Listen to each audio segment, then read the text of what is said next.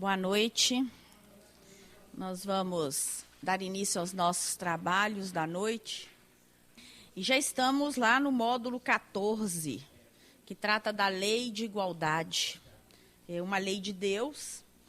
E hoje vamos fazer aí o estudo do roteiro 2, que tem como tema desigualdades sociais, igualdade de direitos do homem e da mulher. Lembrando que todo esse material ele está acessível nos sites da FEB. A gente consegue baixar essas apostilas para estudar, as indicações bibliográficas, tudo isso a gente consegue tudo lá no site para estudar mais. Porque o que a gente faz aqui, na verdade, é só um flashzinho, né, perto do que a gente pode fazer para ampliar todos esses estudos. Hoje a gente faz aí, nesses 40 minutos, um estudo mais sintetizado e, às vezes, até por deficiência, não sai assim tão bacana, mas a gente vai seguindo aí. Bom, primeiro a gente vai falar das desigualdades sociais. Isso está lá na questão do Livro dos Espíritos. Antes disso, na questão do Livro dos Espíritos, a partir da questão 806, Allan Kardec trata das desigualdades, da lei de igualdade, e aí, obviamente, né, quando se fala em igualdade, nós só falamos em igualdade porque existe desigualdade. Assim como a gente só conhece a claridade porque existe a treva. Então, é preciso que haja essa dualidade aí para que a gente possa valorizar. Também Leon Denis, no livro Depois da Morte, tratou desse assunto. E essa primeira abertura do nossa apostila, do nosso estudo hoje, ela vem de Leon Denis, no livro Depois da Morte, que diz que as questões sociais preocupam vivamente a nossa época. Vê-se, não sem espanto, que os progressos da civilização, o aumento enorme dos agentes produtivos e da riqueza, o desenvolvimento da instrução, não têm podido extinguir o pauperismo, nem curar os males de maior número. Entretanto, os sentimentos generosos e humanitários não desapareceram. Então, para a gente não perder a ideia dele, senão a gente acaba perdendo, porque o trecho é muito longo, quando ele vai nos lembrar que as nossas dificuldades sociais, elas estão aí. E ninguém mais do que todos nós, né, sabe exatamente o que ele está falando. Nós, brasileiros, povo já do século XXI, lembrando que esses estudos são do século passado, mas ainda continuam muito atuais, porque ainda que a gente avance tecnologicamente, ainda que a gente avance em todas as áreas das ciências, nós ainda não conseguimos destruir ou exterminar a miséria que assola todos nós. E a gente ampliando um pouquinho aí essa ideia, tirando um pouquinho do social, a gente ainda tem muita miséria moral, né? Muita miséria espiritual que, assim, guardadas as proporções, mas o que a gente percebe é que à medida em que avançamos tecnologicamente, essas mazelas aí do nosso caráter, da nossa forma de agir, elas costumam muitas vezes aumentar, agravar. E a cada momento a gente tem se deparado com dificuldades que antes eram menos recorrentes. Isso mostra que precisamos ainda nos centrar um pouco aí as nossas ideias, os nossos propósitos, né? Então ele lembra desse período aí que ainda que a civilização tenha alcançado vários progressos, todo esse progresso não foi suficiente para que a gente pudesse exterminar a gravidade dos males que nos assolam e o número desses males. Mas ele lembra que mesmo que a gente viva num mundo com grande dificuldade, com grande sofrimento, com grande desigualdade, a gente não pode esquecer que ainda existem os generosos. E é interessante como que a gente às vezes se assusta quando recebe uma gentileza, né? Quando a gente está diante de alguém que nos trata com um pouco mais de carinho, isso acaba nos causando espanto. É espantoso aquilo que deveria ser comum, habitual, exatamente.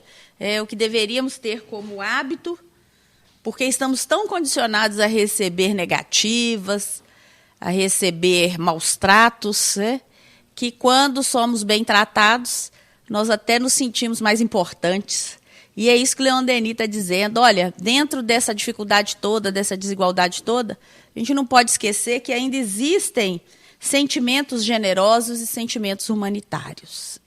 E essa fé na humanidade, a gente não pode perder, não, gente. Por mais que a gente veja tanta dificuldade por aí, sem entrar em nenhum ponto político, mas a gente sabe que nossa situação é bastante temerária. Mas isso não pode ser suficiente para que a gente deixe de acreditar que uma saída, em algum momento, ela poderá ser alcançada.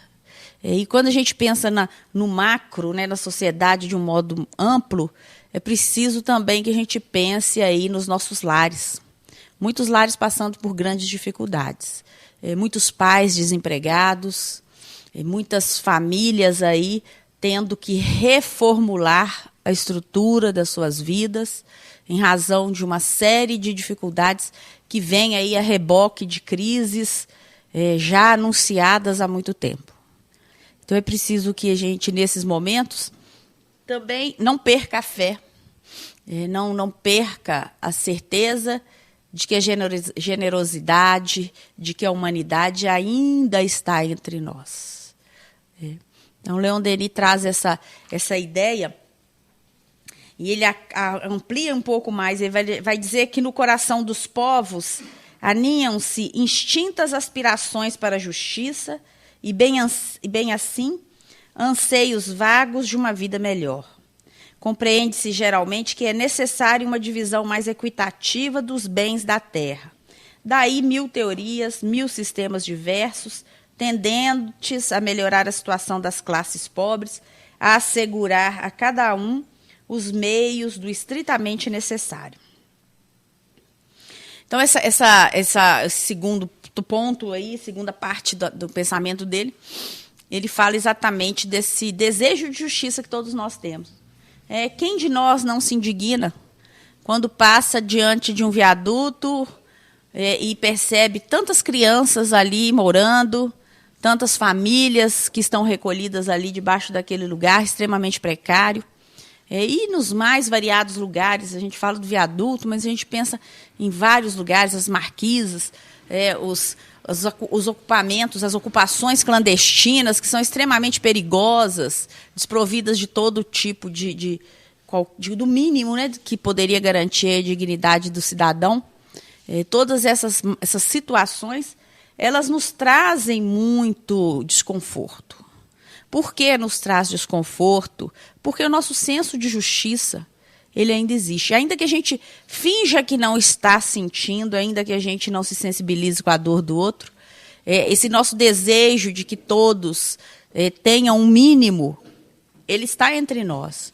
E é isso que Leon Denis está dizendo. Olha, existe em nós, em nossos corações, um senso de justiça que nos conduz e que nos deixa, muitas vezes, indignados com aquilo que a gente vê. Mas ele também lembra, e aí ele vai lembrar das 1001 teorias, para tentar melhorar as condições aí das pessoas, para que cada um possa ter o mínimo necessário.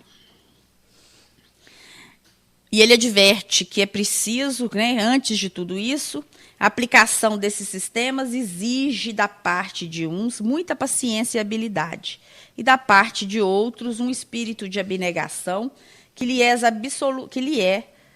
é absolutamente essencial. Em vez da mútua benevolência, que aproximando os homens lhe permitiria estudar em comum e resolver os mais graves problemas, é com violência e ameaça nos lábios que o proletário reclama seu lugar no banquete social e com acrimônia que o rico se confina no seu egoísmo e recusa abandonar aos famintos as melhores migalhas da sua fortuna. Assim, um abismo abre-se, as desavenças, as cobiças, os furores acumulam-se dia em dia. E aí, só para a gente dar uma ajustada, né? Senão a gente fica lá naquele tempo do marxismo, lá daqueles termos do marxismo. Vejam que ainda nesse tempo, nós não mudamos muita coisa, não. É o que ele está dizendo. Olha, para resolver as desigualdades sociais, a gente não precisa de guerras, a gente não precisa de embates. Muitas vezes, quando estamos diante aí de situações muito teóricas ou muito materialistas, as respostas muitas vezes vêm também nesse mesmo alinhamento. Muitas vezes nós buscamos na agressividade as respostas para as dificuldades. Então, se estamos sem casa para morar, vamos invadir todas as casas que estão desocupadas ou invadir as casas que estão ocupadas. Se eu estou recebendo o que eu penso não ser o justo, então vamos começar a quebrar a empresa para que o patrão queira tomar uma atitude em favor dos seus empregados. A gente tem que guardar muito essas informações e atualizá-las para a nossa época. Senão a gente vai ficar com um discurso que, do ponto de vista político-social, já nem se sustenta mais. A gente precisa só dar uma atualizada, porque a gente está tratando de doutrina espírita. Ainda que a doutrina se contextualize num plano social, é preciso que a gente pense que o que nos importa no primeiro plano é o que a espiritualidade nos traz quando trata dessa questão da desigualdade. O que ele está dizendo aqui?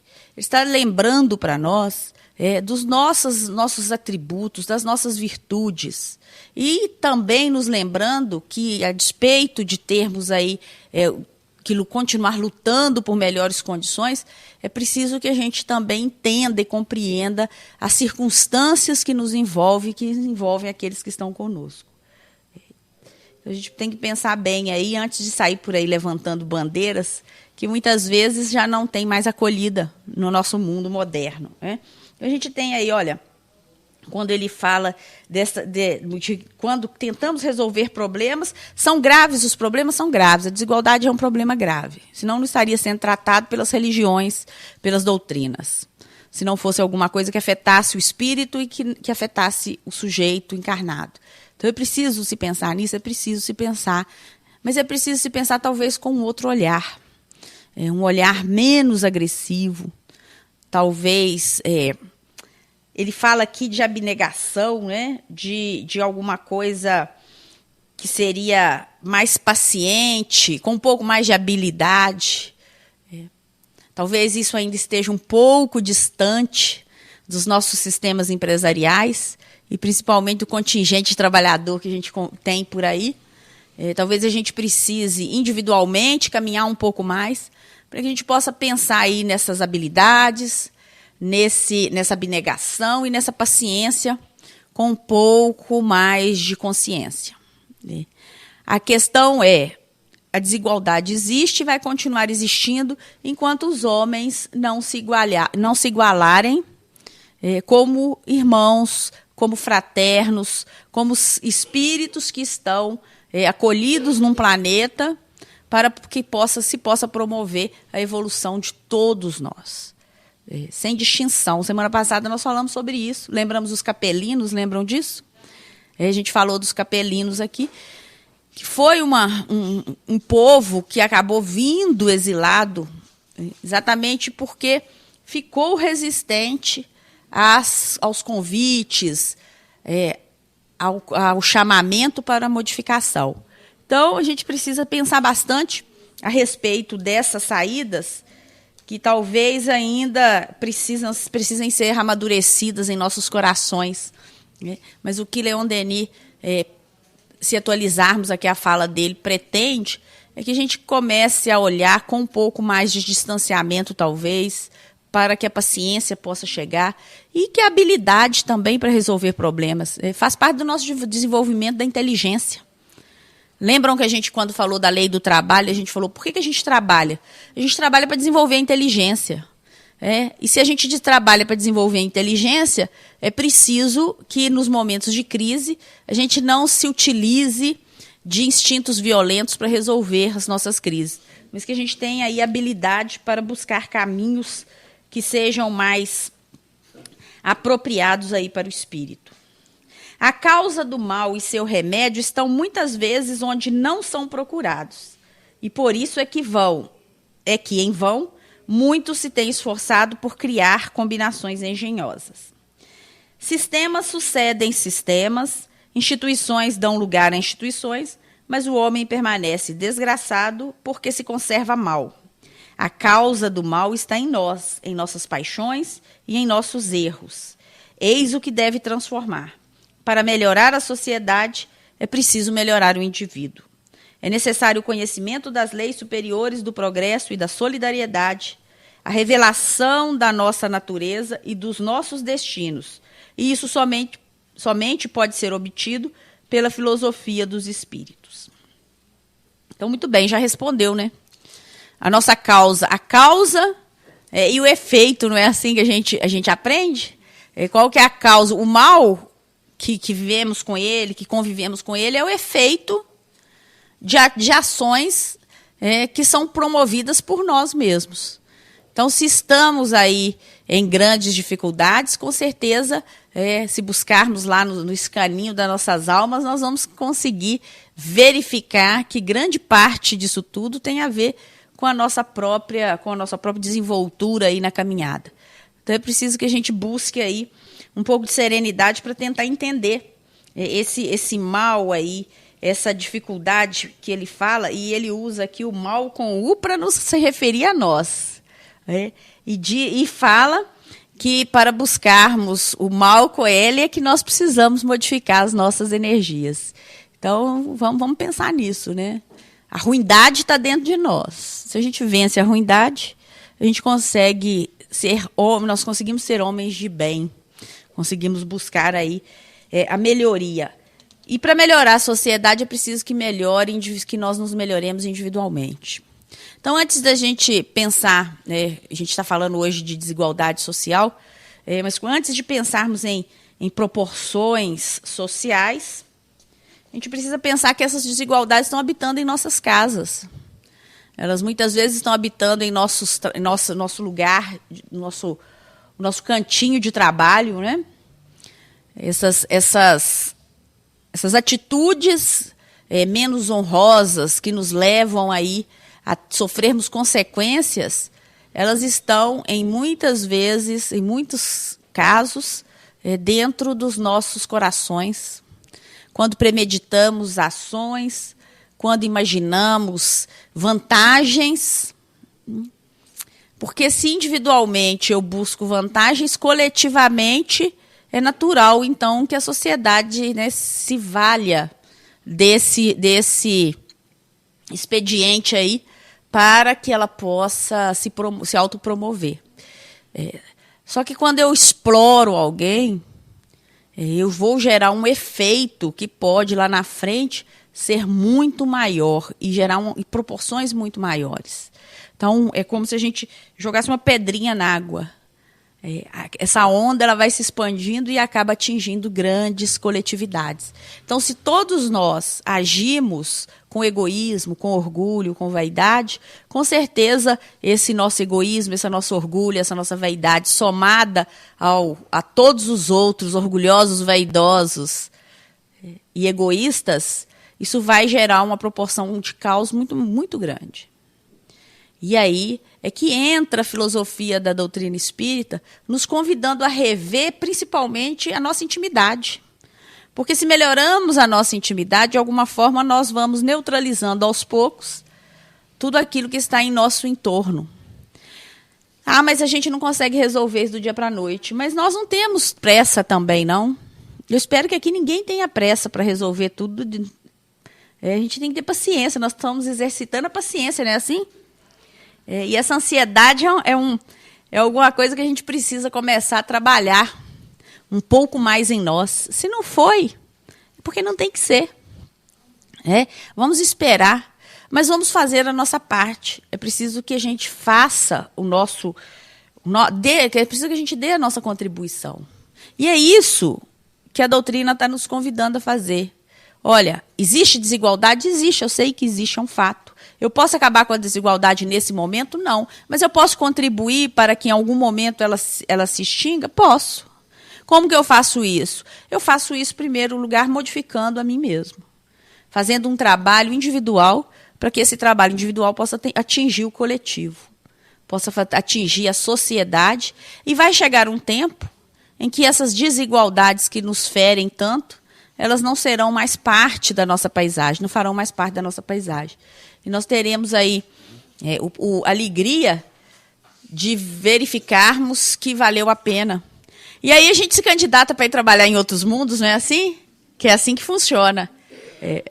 Vai para outros mundos, porque ninguém aqui está se candidatando a viver só de flautinha lá nos mundos ditosos, né?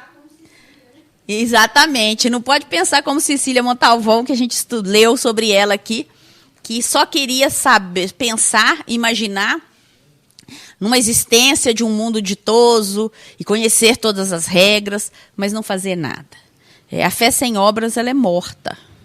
É preciso que a gente, além de saber, que a gente coloque em prática. E colocando em prática, com certeza, nós vamos conseguir influenciar aí muitas pessoas, muitos espíritos que estão no nosso entorno. E é essa filosofia que a doutrina espírita traz para nós. Então, vejo que não tem não é nenhuma proposta aí de nenhuma nova teoria social, não, nem política. A nossa política interna, a nossa sociologia é voltada para o eu, para nosso eu. O convite é: vamos modificar a todos nós. Ainda na sequência, a gente tem: talvez haja quem não admita essa ideia. Qual que é a ideia? Acreditar que o espiritismo possa influenciar sobre a vida dos povos, facilitar a solução dos problemas sociais e ainda muito incompreensivelmente para as ideias da época. Isso aí nem precisamos nem nos contar, né? Eles nos contam isso há tantos anos, né? Mas a gente sabe que esse descrédito com relação à possibilidade da modificação espiritual interferir na vida material, do plano material interferir na vida material, é um descrédito que, infelizmente, ainda campeia com muita força entre nós. Mas o nosso desafio aqui dentro da doutrina é exatamente tentar inverter isso. É acreditar que individualmente e que com apoio doutrinário nós conseguiremos aí influenciar. E aí a gente tem alguns casos, né? Por exemplo, na Idade Média, a sociedade ocidental era a imagem fiel das concepções católicas. A sociedade moderna, sob inspiração do materialismo, vê apenas a luta dos seres, luta ardente, na qual todos os apetites estão em liberdade. Tende a fazer do mundo atual uma máquina formidável e cega que tritura as existências, e onde o indivíduo não passa de uma partícula. Mas tanta mudança nesse ponto de vista, logo que o novo ideal vem esclarecer-nos, ser e regular-nos a conduta. Convencido de que esta vida é um meio de depuração e de progresso, que não está isolada de outras existências, ricos e pobres, todos ligarão menos importância aos interesses do presente.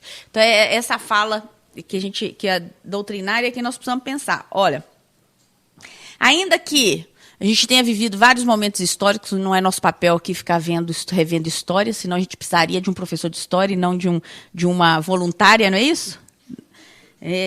Ainda que a gente tenha vivido e tenha conhecimento de vários momentos históricos em que a humanidade vivenciou situações em que, em alguns momentos, valorizava determinados caminhos, em outros momentos, outros caminhos. Ainda que a gente tenha atualmente essa certeza dessa força do materialismo entre nós, essa dificuldade que temos para vencer essas influenciações materiais.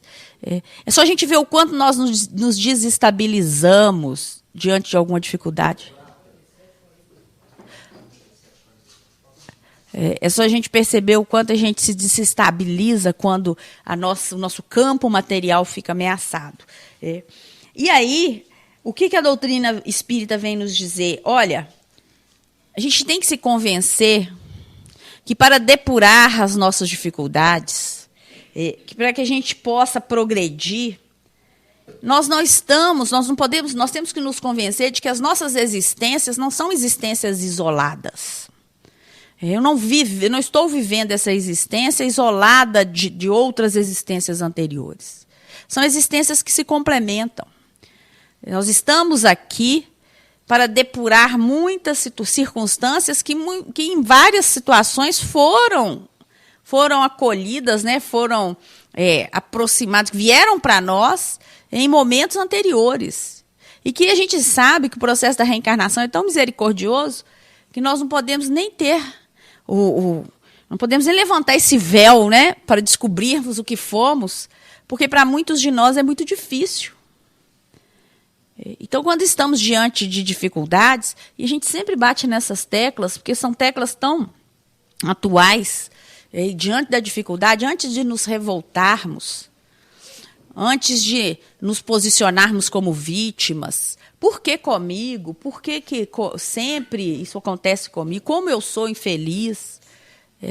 Antes de acharmos que Deus nos abandonou, que Deus não existe, que Deus é uma figura inventada pelo homem para acomodar aí os instintos, antes de começar com novas teorias, velhas teorias que não nos levam a nada, é preciso que a gente comece a aceitar melhor, a pensar mais.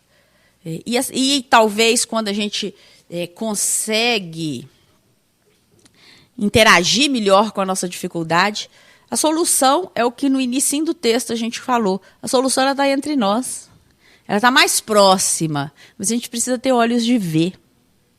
Às vezes, a solução que vem para o meu problema hoje não é a solução que eu estava querendo e desejando, mas é a solução que eu necessito para aquele momento. É ela quem vai me dar os elementos necessários para o meu crescimento, para que eu possa me fortalecer. Lembrando que eu vivo nessa vida um encadeamento de vidas anteriores, e aqui eu preparo o terreno para outra vida. Então, qual que é o problema? Qual que é a dificuldade que nós vamos enfrentar aqui, que já espiritualmente não tenhamos consciência dela? A gente precisa pensar bastante. É nesse sentido que a filosofia dos espíritos, né? O que é a filosofia? Né? Filosofia é o saber, não é isso? O que a filosofia dos espíritos nos convida? Pensar. Vamos pensar um pouquinho. Por que nós vivemos, se falamos em várias vidas, se falamos em existências sucessivas, se falamos em evolução constante, por que a gente ainda está se posicionando de forma tão desregrada diante de determinadas coisas que nos visitam? Então é preciso aí que a gente entenda que essas nossas existências não são isoladas. E aí a gente vai dar menos importância ao que vivemos nesse momento.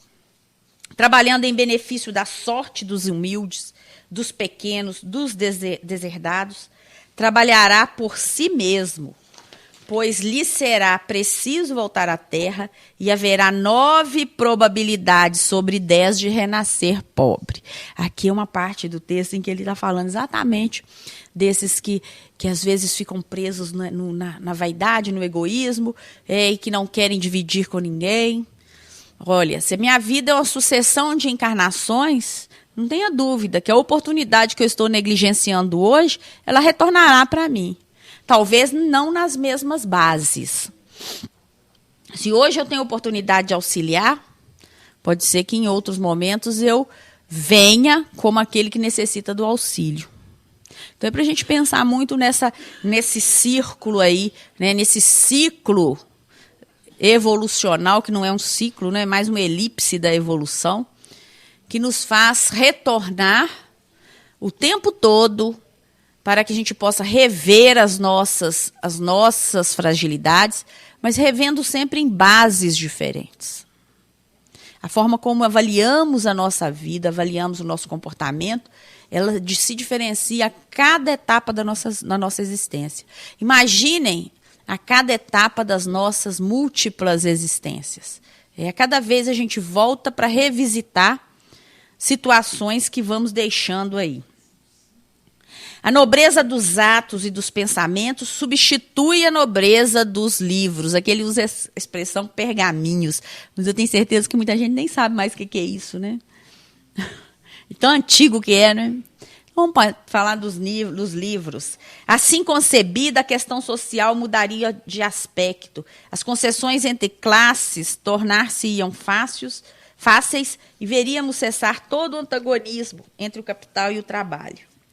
E, em seguida, ele fala que daí a justiça distributiva, sob cuja ação não mais haveria ódios nem rivalidades selvagens, porém sim uma confiança mútua, a estima, a afeição recíproca. Em uma palavra, a realização da lei de fraternidade, que se tornará a única regra entre os homens. Quando isso aqui foi escrito, certamente a gente estava lá nos primórdios da Revolução Industrial, né? Capitalismo selvagem e tudo mais. Aqui, o que eu quero chamar a atenção, a mesma solução lá daquela época, que seria a gente buscar confiança mútua, estima, afeição, para que a gente possa buscar também a realização da lei de fraternidade. Então, se naquela época nós estávamos assim, em pouco mais de 100 anos, nós ainda continuamos vivendo essa agressividade aí entre as relações. E, em seguida, a gente tem também algumas orientações que vêm de um autor chamado Angel Aguarod, no livro Grandes e Pequenos Problemas, que ele fala num capítulo sobre o problema social, que é uma publicação da FEB, e que ele diz que a ética é de ética o problema social, sem a qual não se pode ser solucionado. Juntemos, pois, esse outro fator importantíssimo aos primeiros e teremos a chave da solução. O amor, eis aí o importantíssimo fator que, com o capital e o trabalho, forma a trindade da questão. Então, qual que é a trindade aí para a gente diminuir a desigualdade social, segundo o autor? Capital, trabalho e amor. Obviamente, regado de muita ética, de muita justiça, de muita fraternidade. As desigualdades sociais são o mais elevado testemunho da verdade da reencarnação, medida a qual cada espírito tem sua posição definida de regeneração e resgate. Aqueles que, numa existência, ocuparam as mais elevadas posições, descem à existência seguinte as mais ínfimas condições, desde que tenham dominado o orgulho e a ambição. A pobreza, a miséria, a guerra, a ignorância, como outras calamidades coletivas, são enfermidades do organismo social, devido à situação de prova de quase generalidade de seus membros. Desigualdades sociais não estão na lei da natureza, são obras do homem, não de Deus. Era aqui que eu queria chegar, porque nós estamos estudando as leis de Deus. E quando a gente estuda as leis de Deus, o que a gente tem? Que as leis de Deus, elas são imutáveis. Não é assim? A lei de Deus é imutável. Qual que é a lei que muda? A lei do homem. Quando a gente fala em desigualdade, estudando desigualdade dentro de um módulo chamado Lei de Igualdade, é preciso que a gente entenda o seguinte: a desigualdade, ela vem do coração humano. São as atitudes humanas que geram a desigualdade. À medida que formos avançando no plano evolucional, as desigualdades vão cessando. Porque a lei de Deus é igualdade entre os seres. Foi assim que fomos criados. E é assim que vamos caminhar. É para a igualdade, caminhamos para a igualdade. Mas antes disso, a gente precisa depurar algumas coisas nesse caminho aí, que é o processo de aprendizado, que para muitos é doloroso, para alguns menos doloroso. Bom, e aí no segundo tópico, a gente vai falar de igualdade de direitos do homem e da mulher. Isso é complicado, né? Principalmente quando a gente lança um olhar materialista sobre isso, um olhar humano sobre isso. Mas se a gente lançar um olhar espiritual sobre essa questão, a gente nem teria que estar aqui discutindo isso. Porque homens e mulheres, aos olhos de Deus, são iguais. Quem estabelece algum tipo de discriminação são os homens, que equivocadamente poderão vir em outras encarnações também com sexos alterados. E a gente sabe que isso pode acontecer. O espírito pode se encarnar em vários momentos, de formas diferenciadas. É por isso que nós encarnamos tantas vezes, que é para a gente experimentar todas as provas, para que a gente possa sair melhor de todas as provas. Então, quando a gente pensa aí, e aí a doutrina fala para nós que todos são iguais perante Deus, e que, infelizmente, por crueldade, por injustiça, em alguns momentos, em algumas sociedades, a gente verifica que, pelo uso da força, da brutalidade, da violência, alguns seres são colocados numa situação inferiorizada em relação ao outro. Mas aí a gente precisa pensar um pouquinho além, né? A gente pode ficar só mais na questão do gênero, não. A gente precisa pensar que a desigualdade ela atinge essa desigualdade aí, essas diferenças, elas atingem outros tipos de seres encarnados que vivem sofrendo preconceitos. E com relação a eles, com certeza, a lei de Deus ela nos pede tolerância. E a gente precisa ter muita serenidade para tolerar o que é diferente de nós. Porque não somos iguais. E a gente vive essa intolerância em todos os campos. No campo da religião, no campo das social, no trabalho. E é muito triste quando a gente percebe que seres criticam outros seres porque não são como eles. Espíritas que criticam outras religiões porque acham que a doutrina espírita é a melhor coisa do mundo. A doutrina mas eu proferindo esse tipo de observação, com certeza estou deixando de ser. Então, nesse tópico aqui, o que a gente precisa lembrar é que estamos todos, indistintamente, no mesmo barco da evolução. E que a gente precisa ter mais fraternidade. Não existe diferença entre homem e mulher. Somos todos iguais, não existe diferença entre pobre e rico, não existe diferença em nenhuma classe de minoria. O que existe são oportunidades que a cada um é dado para atuar.